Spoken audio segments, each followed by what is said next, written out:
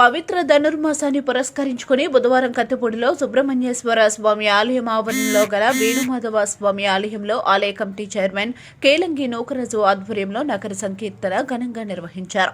ముందుగా స్వామివారి ఉత్సవ విగ్రహాన్ని పల్లకిలో ఉంచి గ్రామాల్లో గల ఆలయాలు భజన చేస్తూ గ్రామోత్సవం నిర్వహించారు. సూర్యోదయానికి ముందే స్వామివారిని ఆలయంలోకి తీసుకురావడంతో పాటు నిత్యం ఆలయ పూజారి స్వామివారికి ప్రత్యేకంగా అలంకరించడం జరుగుతుందని తెలిపారు. ఈ సందర్భంగా ఆలయ చైర్మన్ నూకరాజు మాట్లాడుతూ గత 4 సంవత్సరాలుగా సంకీర్తన మహోత్సవం నిర్వహించడం జరుగుతుందని, ప్రతి ఏడాది మహిళలు, చిన్నారులు విశేషంగా పాల్గొనడం జరుగుతుందన్నారు. గత 4 రోజులుగా చలి తీవ్రత పెరగడం, ఎముకలు కొరికే చలి ఉన్నప్పటికీ నిత్యం మహిళలు భారీ సంఖ్యలో పాల్గొనడం జరుగుతుందని అన్నారు.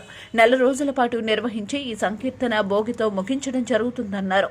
ఈ కార్యక్రమంలో కె పేర్రాజు, జీలకర్ర త్రిమూర్తులు, జీలకర్ర కృష్ణబాబు, గాబు వెంకన్న, జీలకర్ర చక్ర తదితరులు పాల్గొన్నారు.